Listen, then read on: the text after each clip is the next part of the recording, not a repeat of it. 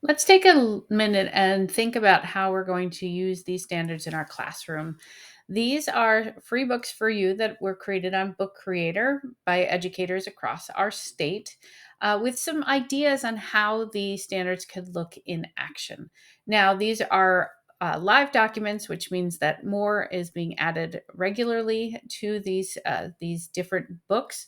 But this becomes a really great resource for you to review and think about how you can use these activities in your classroom. If you'd like to become an author and continue to add some lessons to these books, please reach out to the information that's in the books, and we can add in your activities and ideas and add you to the list of people that have helped create them. So let's take a look at one of the books. I'm just going to grab the fourth through sixth grade, and you can open any book that you'd like. The link is on your Canva page. But we're going to open up grade 4 through 6 just to kind of take a peek at how the book is set up. You'll see the title on the top, and you always see the grade band in the block. Now, when you turn the first page, you're going to see just a fun quote, and then you're going to see a link to each of the concept areas. We're going to stick right to the impacts of computing section today as we go through and review these books. There's some information about the book and how you can reach me so that you can get some information or add yourself in or your activities into these books if you're interested. There's some information on how to use the book. So if you get stuck and you need some more information, you can go ahead and read through that.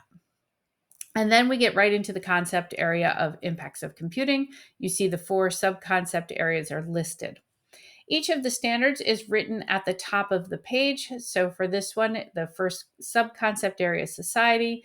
This is the grade 4 through 6 impacts of computing standard 1, which says describe computing technologies that have changed the world and express how those technologies influence and are influenced by cultures and cultural practices.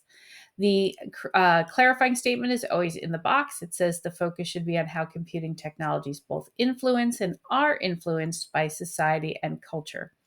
Below that are the examples that are on the State Ed PDF. So you can see that there's 2 that they think would fit great in your social studies class and 1 that would fit in your foreign language class.